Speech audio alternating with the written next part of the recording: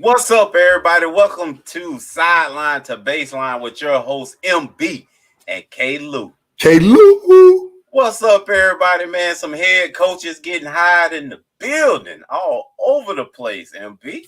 True that. True. And I tell you what, man, it's just it's crazy as we continue to move through out of 2020 into 2021 real good now, MB. We midway through January already. It feels crazy. You kept your New Year resolution? Huh? You made any New Year resolution? You still keeping them? You know, I never do that stuff. Yeah, I haven't made none either. I never really get into that stuff. What's up, Steve? Steve. Good, homeboy. It's just I just feel like that stuff overrated. You know, we athletes are, and I'd say for the most part, we're definitely planners. We're definitely goal setters. So I think we look at stuff like you just kind of put in your mind, or if you're that type, you write it down or put it on your wall, and then you just do it because our whole life we've had to chase, goals, and as MB would say, we kind of have a standard, and so it's kind of like, man, I guess we kind of do what everybody does, but I think we do it much more in that you set goals, not necessarily resolutions. You're like, okay, I want this done, and then you start setting that path to trying to get it done, and then you get it done, and then you go to the next one.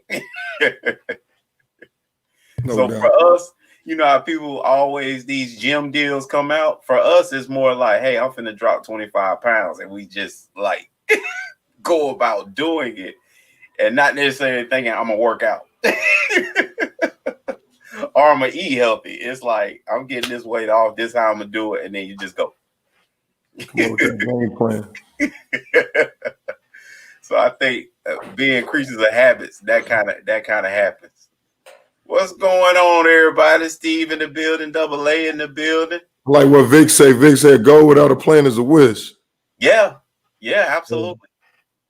Absolutely. It's a quote that I saw Emmett Smith had one time. He said, "A dream." He said, "A dream doesn't become a goal until you write it down."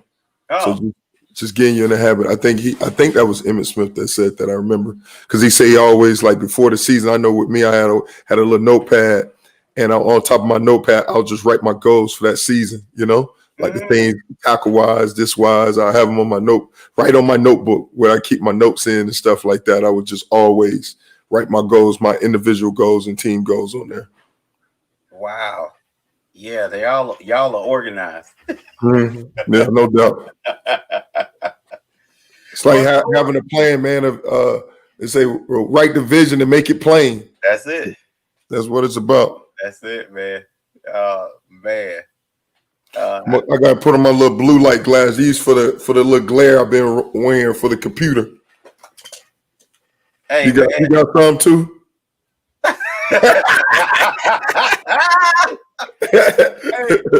hey, my wife. I like those. How about yours? My daughter. No, my daughter got them. Oh, okay. I told her to give me some because the glare. I was like, man, it's glare. A lot of times I turn this light off sometimes. Yeah, just like those little pairs. I like that. Oh man, Professor. It made me look a little small, huh? Hopefully. Yeah, I like that look, Klew. That's a good look on you. They sit right here too. They be sitting there. Mm-hmm. Yeah, that's why I've been trying to wear them lately. Right. I'll turn this light off sometimes if it's too bright. I definitely feel you, man. So hey, we gonna go ahead and get started. We try. Pac Jam supposed to be coming in the building, man. Pat Wagon, baby. Yes, sir, man. Still out there celebrating that Alabama victory. Natty. That's what he's still selling. He probably trying to figure out a way. He probably up in Tuscaloosa, doing something. Made his way he probably trying to knock on Nick's house or get a picture with the trophy or do something, you know? He's Hey, I doing think something, man. it'll be if he there, he got him out there running. One of them guys. Man, why we sitting down, man? We supposed to be training already. Look. Get ready for next year, huh? Yeah. Like, Pat Wagon, man. We ain't talked to him since that game, man. I told you that game, it was close in the beginning, but I was like, man, they couldn't stop him. Bama stopped himself, you know? I know we ain't talked about that, but they were just dominating performance, man. Dang. hey, Pac Jam's already talking about who coming. Oh, yeah. I saw it. You talking about for next year? No, the year after. The year after? Oh, Pac Jam, he all in, man. Oh, wow. He all in. Oh, man.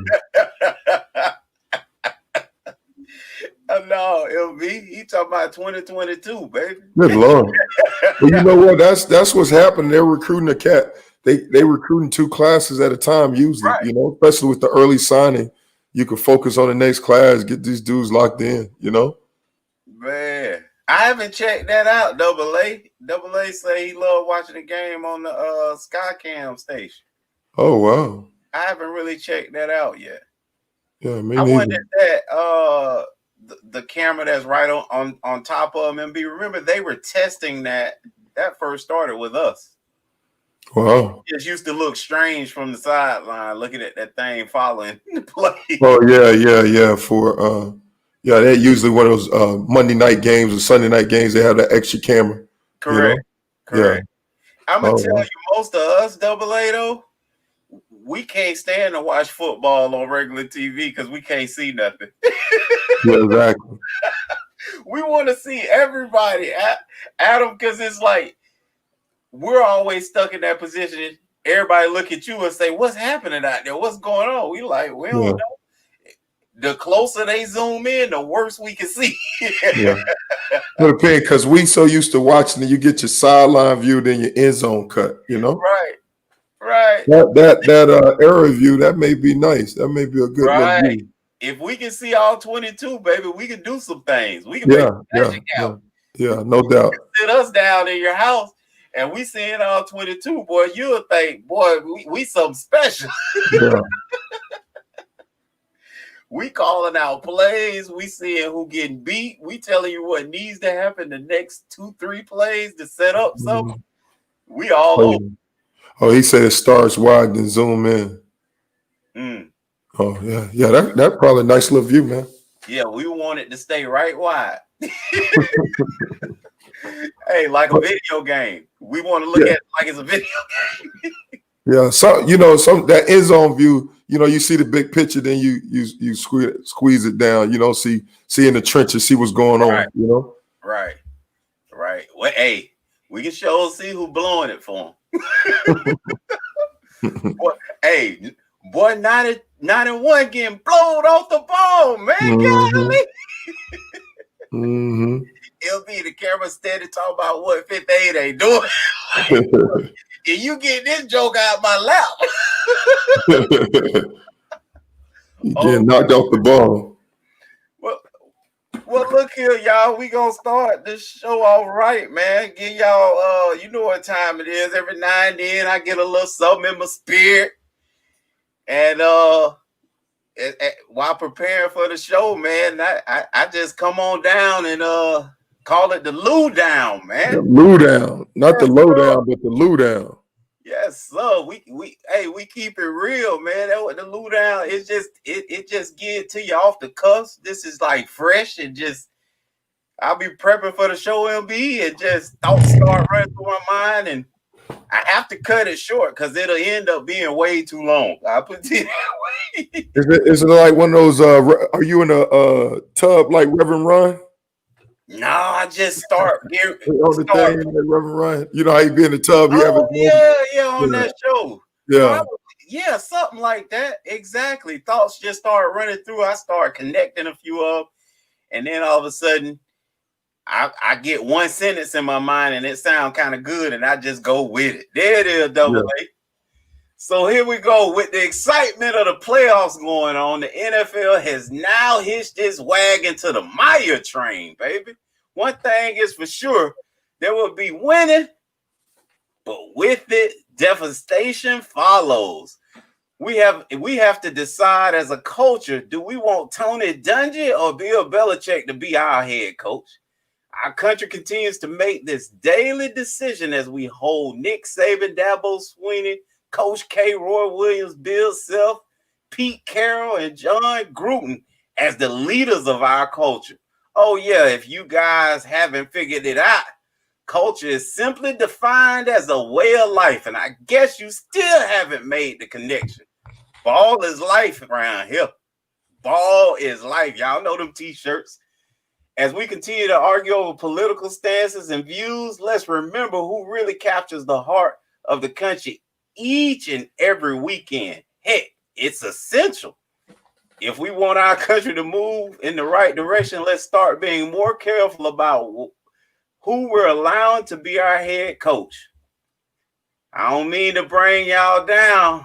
I'm just trying to give you the lowdown, baby. Yes, LB. So break it down. What you feeling with that, man? So I'm kind of all over the place. I was thinking a little bit about the NFL and how it's choosing its head coaches and how, we heard those quotes. I know when I was growing up, winning isn't everything, it's the only thing. Mm-hmm. You know what I mean? And I think as a society, we just continue to focus way too much on winning, and we're missing the boat on all the important stuff. Okay.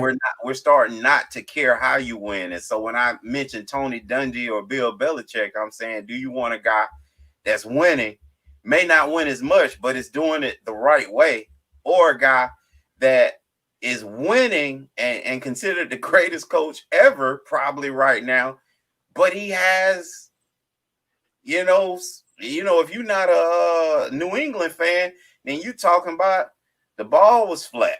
You talking about he cheating the video and plays. You know what I'm saying? It's just like it's this cloud that's sitting over the victories, and we ignore that now as a culture, as a society. It's like he's just a winner. Mm-hmm. And so what is that telling the guys behind him? Well, we see what was said to Brent Venables. They think he's doing the same thing, right? And so that's where I was with that. As I started naming the coaches, I mean, that's just it, man. They're more popular than the president. These coaches I was naming. I mean, you say Coach K, like it's like, you know what I mean? Like you ready to bow down, and so what they do really is raising us as a culture. When you think about the kids and even the adults, they're following these people.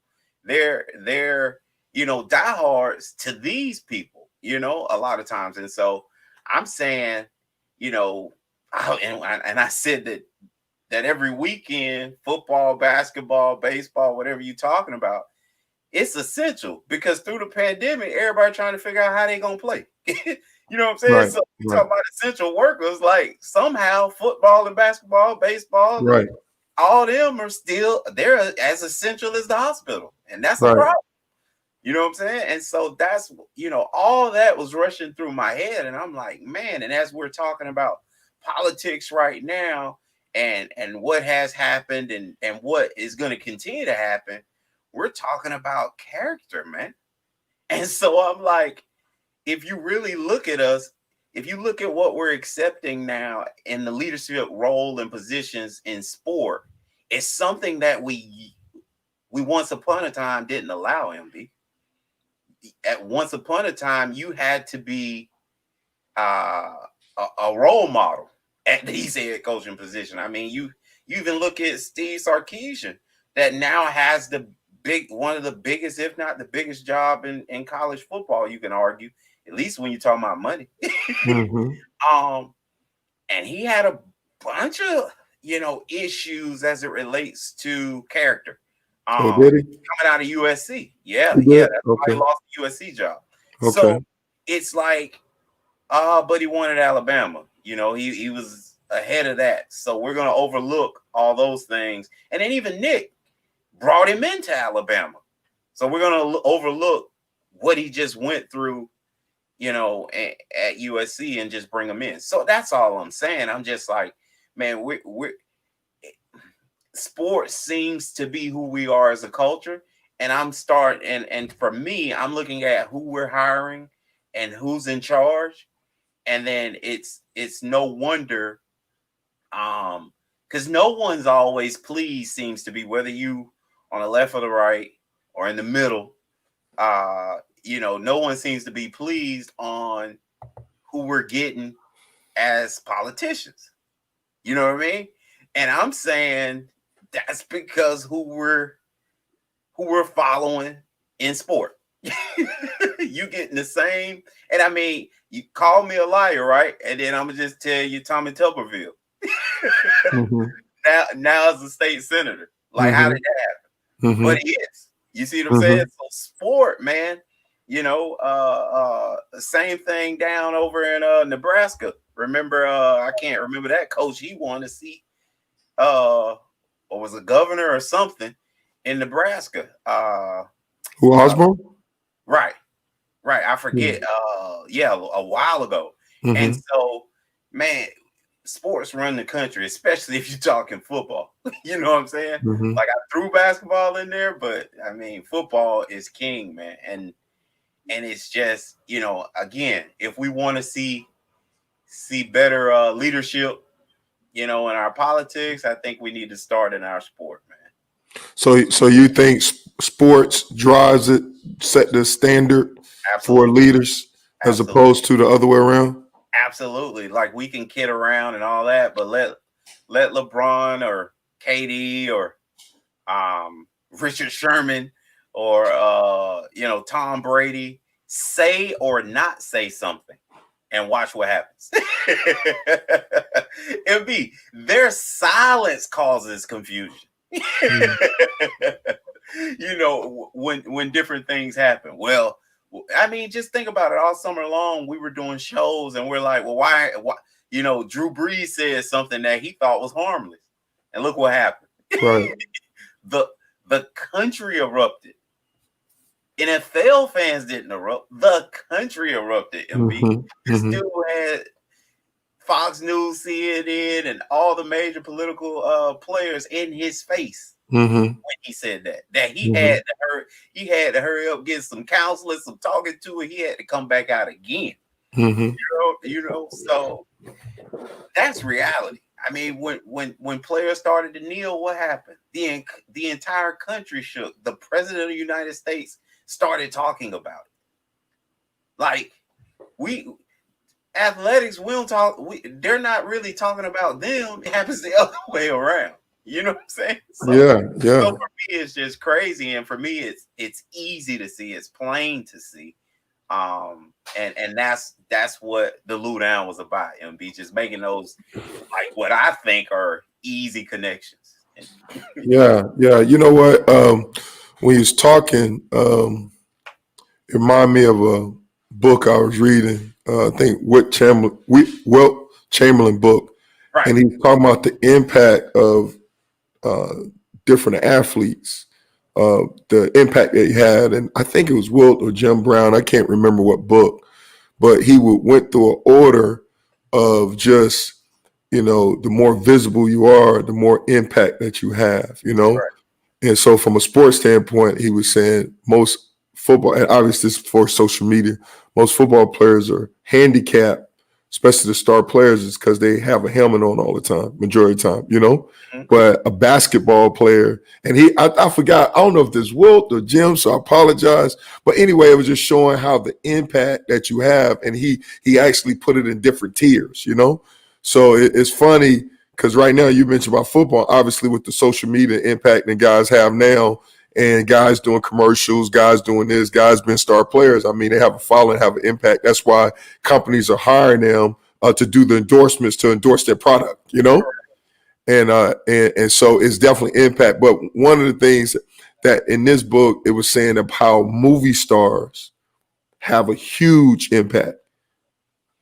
more so than athletics, more so than sports, And that, mind you, this before social media, because I will Right, argue that LeBron right, with the social, right, what I'm saying, the right, impact that he have and stuff like that, that now a lot of it become equal footings, right. um, to some degree, it made it, the social media has kind of made it a level playing field to some degree, that anytime your Instagram or your anything you post become an instant press conference, Well, well, smaller than that, MB. On a lower level than that, who changed the state of Mississippi flag, man? A Yeah, running, that's what I'm saying. a Yeah, yeah. running back, Right. That's what I'm saying. college And running back. you're using your circle of influence, you know? Right, Uh, yeah, you definitely use it. So people have impact. People, a leader is, I remember when they was talking about I don't know, maybe this is Magic Johnson. He's like, I'm a leader when I turn around and see people follow me. You leaders have influence, correct, and you correct. talk about leadership, and obviously from a sports standpoint, it's definitely leadership. And I think a lot of different sectors and stuff have their own type of leader, but definitely nowadays with the impact that sports and how important it is in our country, the leaders of the sports definitely carries a huge impact, and Right, have a huge influencing not just on little kids, but in people in general. right. And Absolutely. that's the thing. And we commend like LeBron using his voice to make an impact, because then before it was just, hey, stick with football, stick with sports, stay in your lane.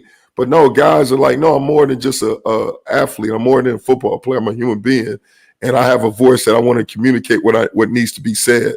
And I commend those guys, because in the past, guys they hid behind what they did because they didn't want to affect their endorsements. They don't affect this. They stayed in their lanes. Now guys are definitely taking a bigger role and being like Well, ambassadors for change. well, I think one of the things that you said hit the nail on the head is social media changed that, MB. Mm-hmm. You had to be afraid when you were making comments when somebody else had the ability to edit every Yes, comment you made. yes. That's a good point. Dangerous. You know what I mean? I can cut up and make you sound like I want to sound, but social media made it to where you couldn't control my voice. So I get to complete my thought. Yeah, yeah, And so now you can judge me on a completed thought, not just off of this little segment that has been chopped and screwed, uh, Texas mm-hmm. style. Once if I sat down and did an interview with you, you know, Yeah, and that's what was happening to athletes. So you had to guard, your words and play everything close to the vest, and you couldn't really speak out unless you knew that they were going to allow and put out exactly what you said, so you right, can be right, judged accordingly. Now right. it's easy, MB. If you do an interview and you don't like it, you come right back out the next day, Exactly. or the same, or on your phone in the green room, Right. correcting everything they just said. Exactly. Because I remember with columnists, they already got the story they want to write, but they'll just take a quote here and there, maybe out of context, and put it in their story to kind of validate it. And you're like, man, I don't mind giving you that interview, but don't misquote me. Use it in Right, the right context. right. Yeah. But yeah, And you're right. and I'm even compared to this. Is a horrible comparison, but it'll make my point. Remember they did that huge interview with Michael Jackson, and what he did is he had a camera crew following them, so they couldn't cut and edit all what he said for real. So he had to complete it interview in its entirety versus a 6 hour interview was cut down to 30 minutes or Right. an hour. You know what I mean? And Mike say, yeah, I got all 6 hours on, boy. Right. So as soon as when y'all start lying, I'm putting out that completed thought Right. that you Right. just No chopped doubt. and screwed. No Well, doubt. LB started off with Urban, man. Soon when I saw it was completed, that's the thought started running through my head. So is hiring the Jacksonville Jaguars hiring Urban Meyer a good move? What do you think? Yeah, I think so. I think for Jacksonville in this situation, I mentioned this last show, just where number one, urban credentials, every place he's been a winner, right? He's won. Number two, coming back to the state of Florida. I mean, he has some success at University of Florida, so Jacksonville is right there. That's the world largest cocktail party when they play that game against Georgia. So I think based on the owner commitment to turn the program around, whether Urban can do it or not because of statistics between a college coach making that leap to the NFL. Some people do it well. Some, it's the good, the bad, the ugly, But I think it's definitely worth a shot, from a pure football standpoint. I don't have any problem with Urban coming out of retirement and taking his job. You know what I'm saying? I think it's worth the risk because the guy from Jacksonville seemed like they're committed on winning. Right. And like you say, what are you trying to win? You're trying to win championships. You're trying to win fans of Duval County, whatever winning, however you define winning. So from a pure football standpoint, I think this is a good move. Well, when I look at this move, I think right off the bat, that's not, Trevor Lawrence is not who Urban usually puts his team around. Is it a great move for Jacksonville? I think that kind of winning attitude in the locker room. However, when you look at the quarterback that they're going to choose, it's kind of, he's going to be kind of taken out of what he likes to do and immediately thrown into this is what we do in the NFL instead of him being able to see if his stuff can work, in the NFL, because Trevor is going to be a pocket passer that runs occasionally. You don't believe it? Look and see how protected he was with Clemson in the games that, Dabo completely said, hey, we wanted to run him, but we were picking our spots, which tells you that he's not going to be that running style. He didn't even believe in college he could be that real running style quarterback.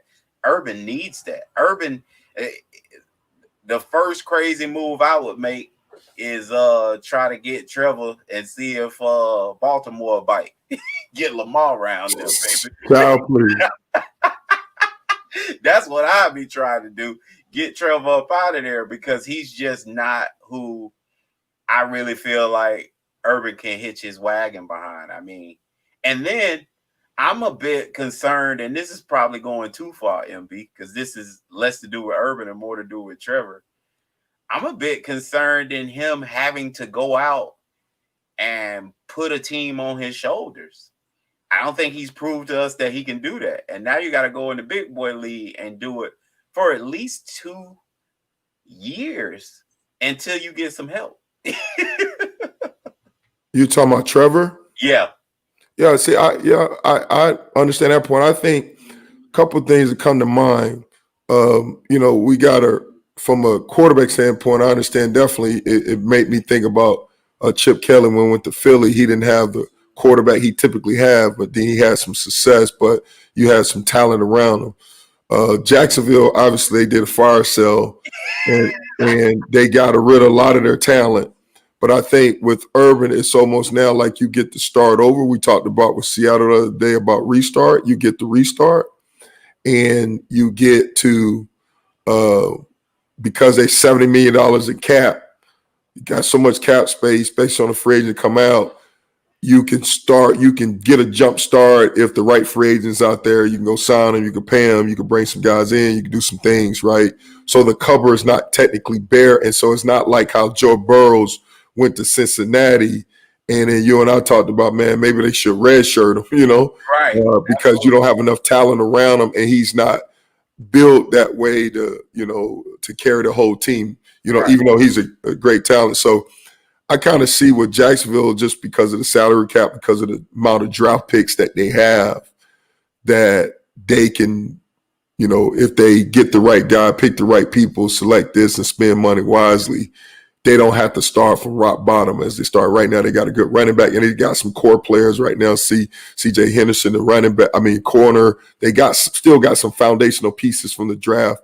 Got the linebacker they got from Kentucky a few years ago. So it's just not rock bottom. So I think they could do something if they make the right picks and do the right thing. They got a better start, And I think Trevor kind of put me in the mindset, because we're so used to, when we think of Urban, we're so used to think of Tebow, right? And then, but you got it before that. He had Alex Smith, and Alex Smith was the first pick of the draft. Right. So you know what I'm saying? Yeah. So I'm saying this. It may not. And then who is to say? I mean, he get to do what he want. He may feel like Fields is a better quarterback fit for him, and he would be. I'm saying he may say, you know what, let me go with him. I've seen enough of him. He could pull he could change it up. I don't know if he will, but he could, But MB, it just seems like at that level, and you can speak to this obviously better than all of us, it just seems like it's so much pressure put on you to make the easy number one pick, allegedly, to everyone else. You know what I mean?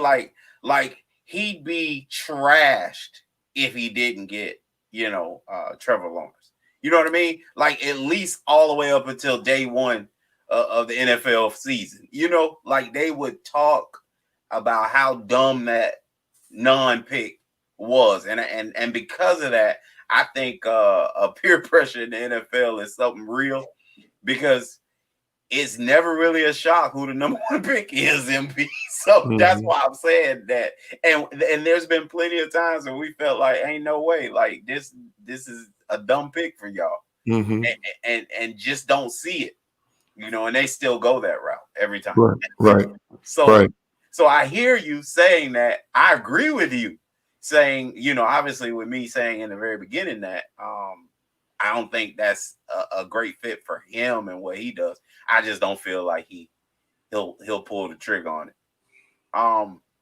Arthur Smith, now the Falcons head football coach, the Tennessee Titans offensive coordinator, makes the jump from coordinator to head football coach in Atlanta. And let me just say this, MB. This is a dumb move. This is a Eric Bieniemy easy lob all over the place.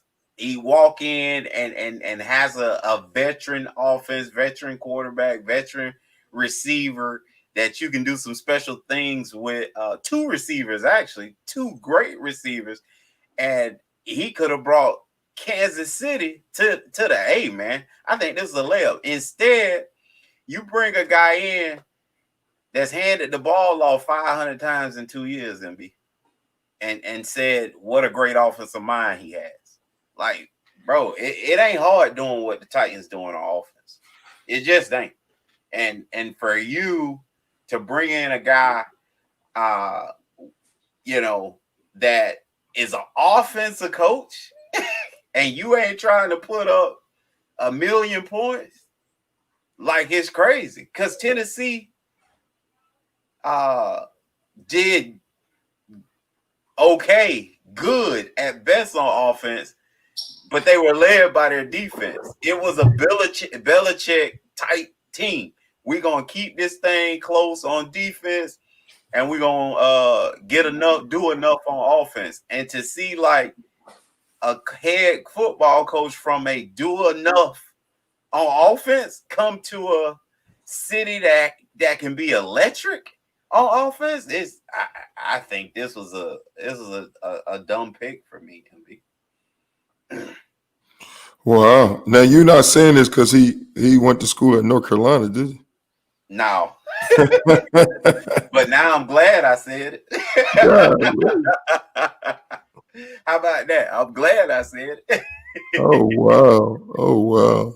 Okay, so for me, I sit a little bit different, because I've been knowing of this guy for a minute. I watched him, kind of go through ranks, offensive lineman, North Carolina, then worked his way up from defensive quality control with the Redskins and then Ole Miss, and then made the change to Tennessee. So he's been at Tennessee now since 2011. Right. And he kind of worked his way up, to that position. So I definitely understand what you're saying about if you talk about Kansas City from an offense standpoint, like Atlanta with the quarterback, with the parts in place, that they're definitely can spin it. But it's just a matter of what they're looking for. You know what? Yeah, I don't know. That's a tough one. That's a tough one because you talked about Atlanta. They just potentially right now, if rumors are true, they're going to hire the black general manager, black vice president from New Orleans Saints. And then they could have really made it Chocolate City, with Airbnb, It's not even that, MB. It's more for me. You have the weapons already. Yeah, I don't know. Weapons already. For me, it just makes it makes too much sense. I guess that's why they ain't do it. Yeah, I don't know. I see. I definitely understand your point.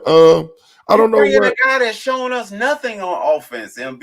Well, let me defend him on this part, right? When you compare it to Kansas City, everything looked like nothing, right? But you got to look at it, right? It was no just written in stone that that they were gonna, offense just turn it around and just Derrick Henry, right? They traded for Tannehill. You remember it was Marcus Mariota that was the guy that he drafted, and he had a good year, the 1 year, and then he just forgot how to play football. And then they made a decision with Ron Tannehill traded him from the Dolphins, and he was basically being labeled as a bust because he started off a receiver and ended up playing quarterback. So you made the change with him and you turn this guy career around.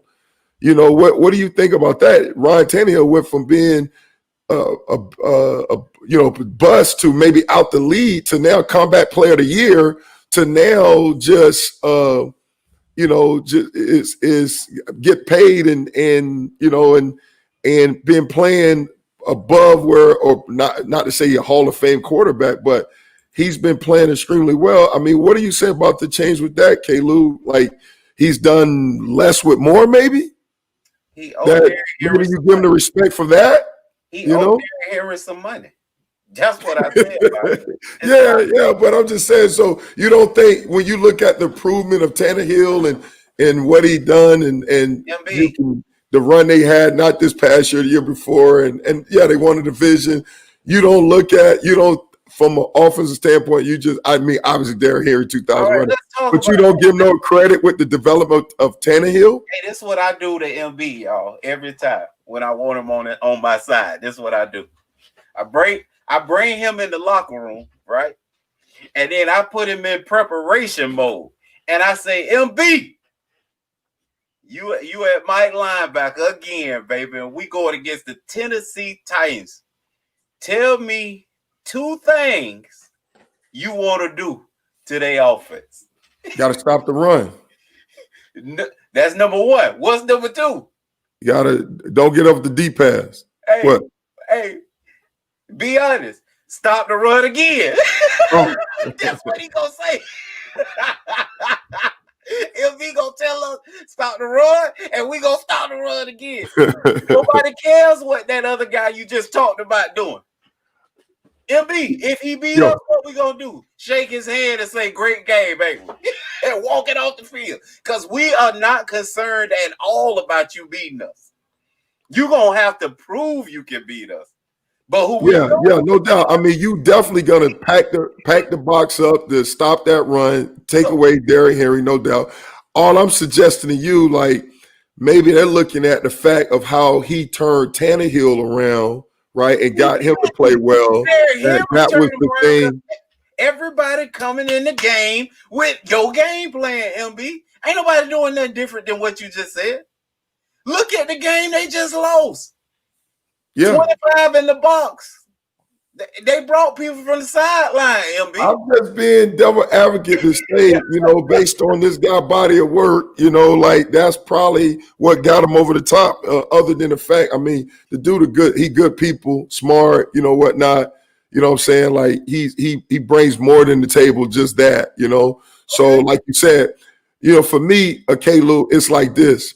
Like you talked about winning, right? And Right. it's what people looking for. Like I look at it like chicken. Like it's a lot of different styles of winning out there, right? So it's like chicken. Some people like fried chicken. Some people like grilled. Some like baked. Some people like barbecue.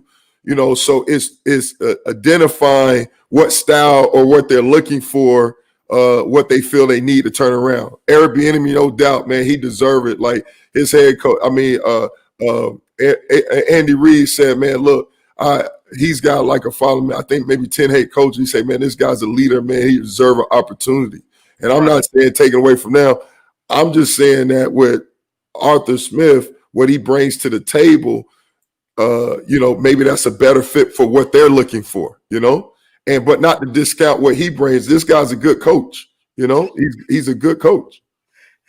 I know guys that coach with this guys. I know guys that know him. This guy's a good coach. I'm not listen, MB. I'm No, not I understand what you're saying. You said it's a slam dunk based on you got all the parts to produce Kansas right. City at Atlanta. I got you. All I'm saying. I got you. I got you. I If you got go you. on offense, why would you go that direction with Yeah, that? I got you. I got you. Now, if he was the defensive coordinator, great hire, man. Keep it moving because Atlanta got to do something different, Right. but to bring in an OC that show you he know how to call run plays with that Bugatti and Ferrari around there. No, we ain't ready. You see, MB, we got to see something out of him we haven't seen. That's what's crazy about this. We gotta say, yeah, he's a great OC, he's a great coach. He can change and make that work. Where we're saying with Eric Bieniemy, boy, they finna be a fire. You know what I mean? We go into that with a different situation. And to me, that's just not smart. I don't know how you that's a I was layup. for me, I'm just throwing out like what I told you before. Maybe the fact of I agree with what you're saying about Bieniemy. I mean, he's got the Kansas City offense, all that stuff. He's a part of it, but he's not getting enough credit that he deserved to get credit because there's like what Andy Reid calling this and that. But the guys that came out of that system before, they wasn't calling it either. Andy Reid was calling it, and they got respect, But I'm just saying, I was just giving you a different perspective, maybe the fact about the development of Tannehill, because you can't argue with Tannehill, the Tannehill at Miami and the Tannehill at Tennessee Titans is two different Tannehills, Well, and maybe that right there was the thing that got him over the hump. I don't know. And then when you talk about interview head coach, it's so many different parts, not only the offense, but the vision of the team and what you plan on doing and da-da-da-da. So like I said, I don't know what they're looking for. All right. But I know this dude's a good dude, They ain't looking to win, MB. Oh, jeez. Oh, man. Robert Salah gets the Jets job, and MB, the word out there, he's a Pete Carroll clone. So can you speak to that at all? Yeah, I mean, when they talk about that, I mean, obviously, he worked with Pete and stuff like that, and then he was under Gus Bradley, who's a disciple of Pete, and then a lot of influence, with Gus and Pete. I would say more so Gus, but Gus and Pete about the same, So I read the article, repeat, but it's just the energy of what he brings to the table, the approach he brings to the smart guy, upbeat. Positive and stuff like that. A lot of players coach, but yet can be firm when they need to be firm, smart, that type of guy. So that's where the connection with Pete, just because of the system, because of Gus Bradley, and just because of his attitude. And then when you come from Adam Gase, right, who they try to say didn't have a friendly personality, you usually go get the opposite. So I think that's the comparison. Well, good luck to you, bro, because they need a lot of help over there, and that's all I got to say right there. Bless your heart for taking that job. So I see now, like in your heart, you was like, man, the best place for Bieniemy is Atlanta. Is that what Right. you said? Yeah. Right. So Right. it's personal for you. So whoever because right now, if somebody, what if Salah would have got that job? Would you feel the same? Like, what are they doing? But just the fact that they offensive guy got it. Right. That's Yeah, what I my got it. Yeah. offense. Like if they went defense, then I'd have backed off and said, I get it. You've went offense, and it hasn't panned out. And you guys have struggled on defense. So you go on defense. So Well, you got to look at it. They didn't go offense. They went because the head coach Dan Quinn is a defensive guy. oh, okay. Yeah. So what they did was I gave Malarkey was Malarkey. So you had Coach Smith, and then Malarkey became the coach, I think, or something like temporary when they fired Smith. I forgot the order, but no, Dan Quinn was a defensive guy. Okay. Well, yeah. If you went offense, man, you got to go with a guy. So you said if you go on offense, so if you go on offense and you got a quarterback, it's Eric Bieniemy. So you okay, I got you. Yeah. Okay, everybody they about to get it. I got you now. I see, but and I get what you're saying. Like I said, it makes sense. But you get a guy that is good, but maybe not be enemy in that situation, then I guess everybody get judged off him. I got you. Right. So I feel your pain. Me and MB went toe to toe a little bit last week, y'all, because he's an insider on Seattle, everything Seattle. And I told him, I say, MB, some got to give. So he broke down the roster, and I said, I get that. Well, somebody got to roll in that head coach, that head coach that is one of the coordinators got to go. He say, man, the offense did the best they've ever done. Whoa. I ain't say that exactly. I focus on No, we were talking about no, I ain't say that. No. You said they no, I said in the beginning. I said in the beginning they had the whole thing, let's Russ cook and all that stuff. I didn't you gave a stat like they were first, like something under Pete Carroll offensively, they were killing it.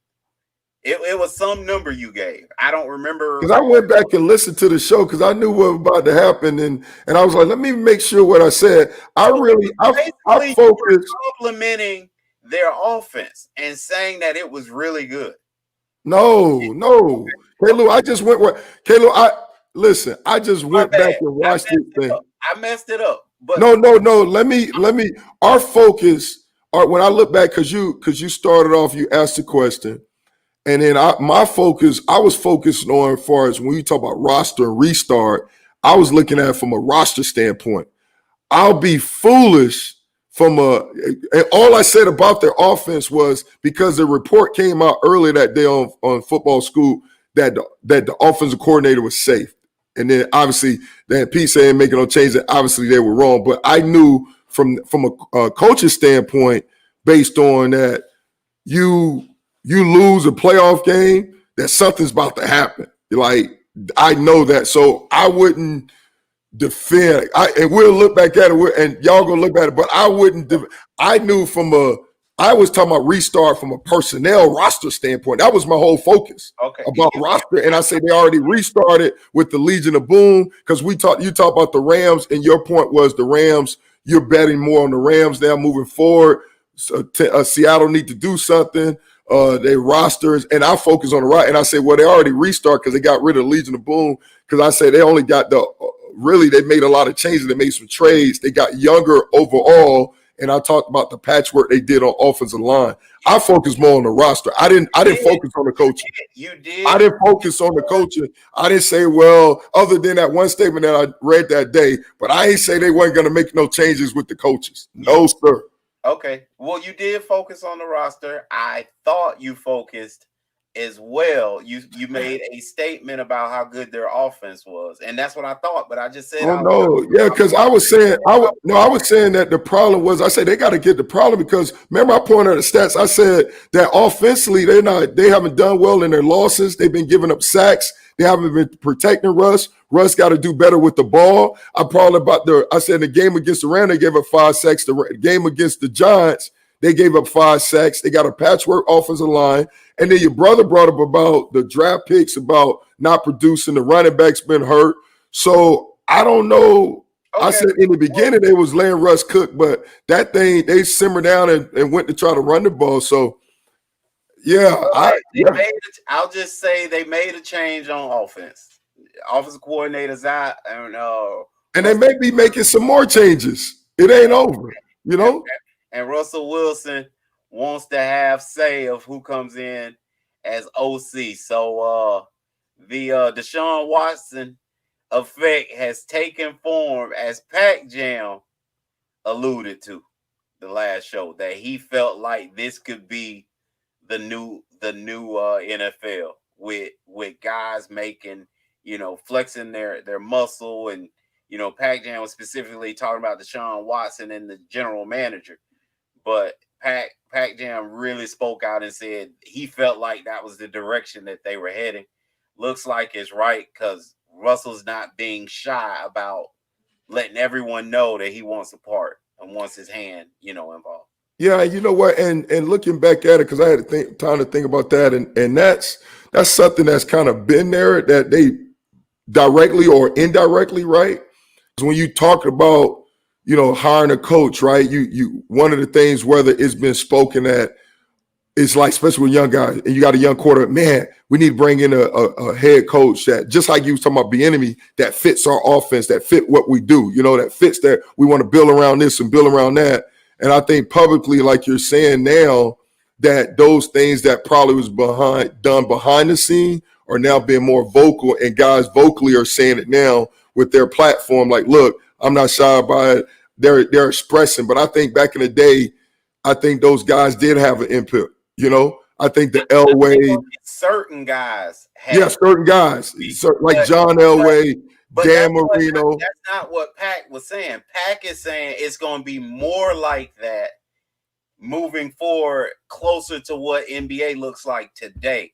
No, and I agree. I'm saying is going to make a choice in your front office decisions, whether that be general manager, head football coach, offensive coordinator, and it's going to be, and he's not looked at like a Elway or Joe Montana, and he's going to get that same kind of voice, and Lamar Jackson's going to get that same kind of voice, and moving forward, and King Henry's going to get that same kind of voice, and that's what Pac Jam is saying. Like, and I agree with that. I'm just, you said what? In order to get that voice. Say that again. I agree with Pac Jam, and when he's saying basically you're not going to have that kind of weight behind you as being one of the all-time greats to have that voice. Oh, yeah. And that's what I'm saying. I agree with Pac's statement by far. I was just addition to that. I was pointing out the fact that it's been done on smaller levels, right? But you see like Pac Jam said, or Pat Wagon say, you see more guys getting involved, and what was done behind the scenes now, or done indirectly now, is been done intentionally. So I'm saying the same thing. I was just saying that it's always been done, but at a smaller level. Now this thing has been done either directly or indirectly. It's having more impact because you build around your franchise guys. You saying that. Mm-hmm. Well, let's get these playoff matches out there, man. We running tight to the clock. We got the Rams and the Packers on Saturday at 4:35 MB, and that night game is the Ravens and the Bills. Let's start with the what I think gonna be a little man. I don't know. Both of these games gonna be exciting. Let's go with the Rams and the Packers. I think high scoring MB. I think the Packers gonna be too much in the scoring department. I like the Pack. Yeah, I like the Packers too. Both offensive systems are similar. Matter of fact, the head coach at the Packs, they used to work together, guys, best friends. So similar. So that ain't gonna be surprising. But I think the Packs in that snow, especially it's scheduled to snow. They playing snow, they're on grass. It's gonna notify the Rams pass rush a little bit. I think the Packs got a little bit far as strength on strength, got a number one scoring offense, number one scoring defense. But then I think when you go the other way, weakness versus weakness, I think the the defense for the Pats is better than the offense for the Rams. So I think that's going to push them over the edge. Well, MB, the Baltimore Ravens is going to Buffalo, man. It's gonna be a Ooh. freezing cold game. MB, in freezing cold, windy games, you run the ball, man. And they got the best running back in football. The second best running back in football. The scariest running back in football, though. Right. I'll tell you that. So he's not the best, but he's the scariest. In Lamar Jackson, man. I think this game is tailor made for him because I think Buffalo won't be able to air it out like they really want to and make plays down the field because of weather. I like Baltimore, man, because of that. Ooh, you're going with the upset, huh? Mm. Yeah, this one here was tough. A lot of these games was tough. It's basically one easy one for us, but this one here is tough as well because you're right. Baltimore, both of them got going in the game with the winning streak. I think Buffalo was 7, Baltimore was 6-game winning streak. And then the quarterbacks you talking about, I mean, Lamar Jackson, he's a problem. He was a problem last week in Buffalo for stopping the run. Their defense is not stout as it was before. So I definitely can see that. This is tough, man. This is tough. This is tough one right here. And then they match up well. Baltimore defense match up well against Buffalo offense as far as as far as what they do, and Marcus Peters, their back end, and then their pass rush. So yeah, you know what? I'm gonna go with you on this. I'm gonna go against the grain. I'm gonna go with you on this. Well, we got the Browns and the Chiefs, man. Arrowhead. You know, obviously this is both our Super Bowl pick. I think the Browns are gonna play well, considering. I think they're gonna run the heck out of that ball. They better. They better. Gotta score. Yeah. I think their best defense is gonna be their run game. Yep. They better run that thing 3 yards in a cloud of dust. Yep. Play action pass. On fourth down, they better call Army and Navy and see how their game plans go, because you actually want to do something crazy as far as like just keep the ball out of Patrick Mahomes' hand, man. That's the only way they have a chance to win. They're gonna have to hog the clock. They're gonna have to stay in front. They're gonna have to play smart. They're gonna have to win a bunch of third and shorts, MB. But if they behind the sticks and it's third and long, it's gonna be over, in 2 heartbeats. Yeah, it sounded like my prediction when I was talking about Alabama and Ohio State. They got to play perfect. It's almost like, can lightning strike twice in the same place, Right. Yes, and then because what I say about that, I mean, you had 5 turnovers against Pittsburgh, 28-0 lead. I mean, it's going to take like that again, because once Pittsburgh start waking up a little bit, I mean, Big Ben threw 500 yards or something. Right. And definitely with Patrick Mahomes, I mean, that's a whole different story. So it's going to take lightning in the bottle. It's going to take lightning strike twice again. It's going to take them to play perfect. And they definitely got enough offense to do it with the run game. But defense, I mean, their secondary been the issue. And that's one thing you can't lack going against Kansas City. And the only thing I'll say in closing, MB, is if the only thing they got going for them is if you go back in history to last year's playoff, Kansas City was down in every playoff game. So hopefully they do that for the Browns. Yeah. If they're able to do that for the Browns and the Browns get a good lead and then can sit on the football, but just like you said, they almost got walked down last week in a similar fashion. So I'm with you. It's just going to be tough, but I'm going to just throw that out there. Last game of the night, MB, for Sunday night, the Bucks and the Saints. And I'm going with another upset against the grain twice. Tommy Terrific, baby. Here we go. I know. This one here was tough as well because we talked about the development. Antonio Brown, he had last 4 games had scored. He's starting to come in his own because last time they played him, he was just there for a week. Now he integrated him into the offense. They getting it going. Man, this is tough too because Saints is my team. Right. So dang, I feel you though. Golly, I'm gonna have to just stick true to the Saints. I gotta go. Hopefully, Michael Thomas, he's worked the kinks out last week. They'll continue to get going. And man, I'm gonna have to go. I'm gonna have to go with the Saints. See if they can get that trifecta. Man, can they make it 3 in a row, baby? Well, there it is, MB.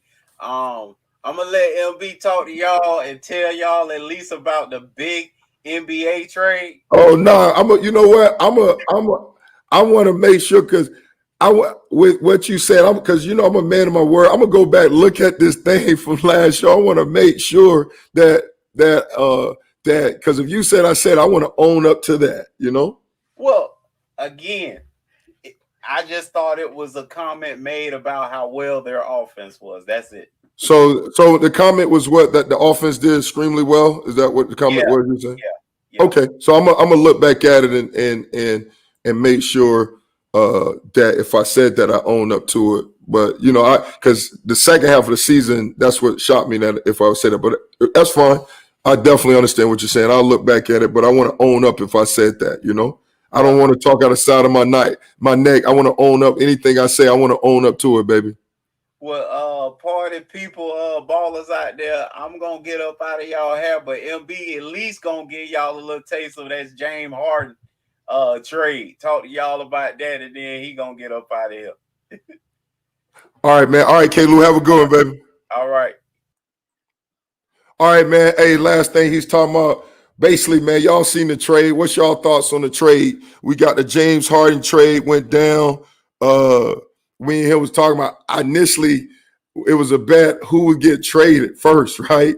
Would he get traded or with the Texas quarter Watson get traded? And I was like, oh, but he worked his way out of there, especially with those comments, man.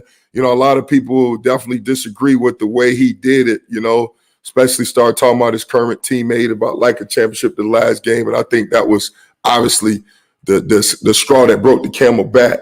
But yeah, what do you think though? Double A, I know you talking about it. Here they got a trade. Basically, I'm gonna sum it up short for you guys.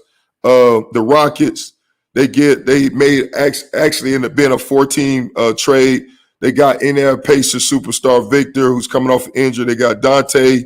They got another dude, Robin, and then they got 4 first-round picks, and then they got 4 first-round swaps. They get the have. So I guess from 2021 to 2027, they got their hands in Brooklyn Nets draft picks, and then the Nets obviously got James Harden.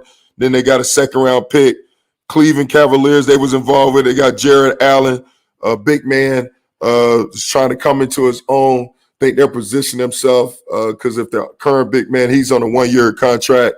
So then now once they don't re-sign him, they got a big man in place who's going to be a restricted free agent. Then they got Prince, who's been for a while. And then the Packers, man, they got LeVert, who I like. I thought the Rockets should have probably kept him, but they decided to go a different direction. And then the Packers, I'm talking about Packers, the Pacers got LeVert, and then they got a second-round pick, man. So when you talk about that selection, that pick, it put me in the mind of, did the Nets give up too much? And then the closest thing we got to go against that is Anthony Davis trade, what the Lakers did, where the Lakers gave up Ball, who's the second pick of the draft, Ingram. They gave up Hart, and they gave up 3 first-round picks, including that in that year, the 4th pick. They already knew they had the 4th pick of the draft, So I think obviously that trade short-term went well for the Lakers. I wish Klew was talking about it.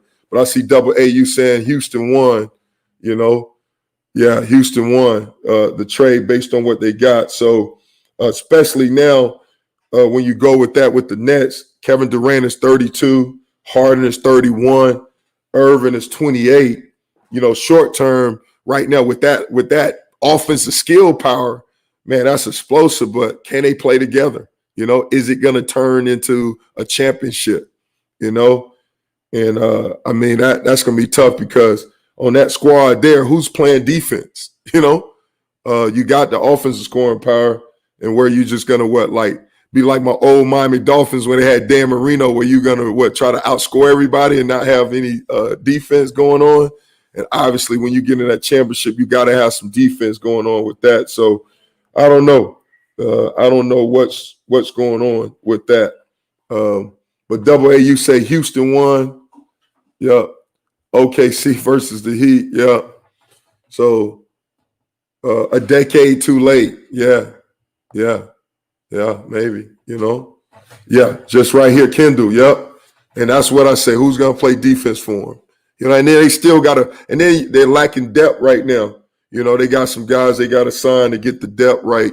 They got a mid-level extension and stuff. So, man, I don't know too much about basketball. I'm just giving you what I read, and just trying to get your opinion. The dude that know about basketball, he left out. So, but that's the thing. That's the thing. Who won this pick? It's an article that I read on CBS Sports, and here's the letter grade. See if you agree with them, right? With the letter grade. Brooklyn Nets, they gave a B. All right. Who else? Houston. Let's see what they gave Houston. Houston, they gave a C. Reason why they gave a C, because they felt like if they didn't get too greedy, they could have leveraged, had Philly be a part of the trade and get Ben Simmons. So they hold him, young Ben Simmons, 24. If with a fifth, we all be drunk, right? So they was talking about that. And then they felt like LeVert, they should have kept him, and then they should have kept Jared Allen as opposed to getting rid of those two guys, because those two guys, from a player standpoint, they feel like they were the better players of that. And then the last thing, like you talk about, decade too short. They're questioning the age of those guys. But no, that's for Brooklyn. So yeah, so those are the things. Indiana, they gave them an A. They end up getting rid of a guy who's coming off an injury, guy who they're going to have to pay a max contract to get a guy that now is already under contract for the next 2 years, so they feel like they're not losing that. And then Cleveland, same thing. They give them an A, just what I said earlier, just because they got a younger guy in place for now, where their big guy, his contract is about to get out. They got a replacement in place to fit the guys they have in talent with Saxon. So when Andre Drummond and Kevin Love, Drummond right now is on expiring deal. So when his thing go, they got a younger guy already, restricted free agent. They can easily just slide into that role. So yeah, it's Houston clean. Yeah, no doubt. Yeah, no doubt. And then one of the questions is, it's still over, because when they traded for Victor, they saying they can trade him on March the 4th. So are they finished trading? Are they finished cleaning house? So we'll see, man. But anyway, man, fellas, appreciate it. Klew had to run out, but I'm gonna go back, like I said, keep my word, and go back and look at what I said. If I said, I'm gonna own it, man. So, but anyway, appreciate you guys joining in and watching our show, man. Really appreciate it from Sideline and Baseline with MB and Klew. Appreciate you, man. Appreciate you, Double A. Appreciate you, fellas. Y'all take care, man. God bless.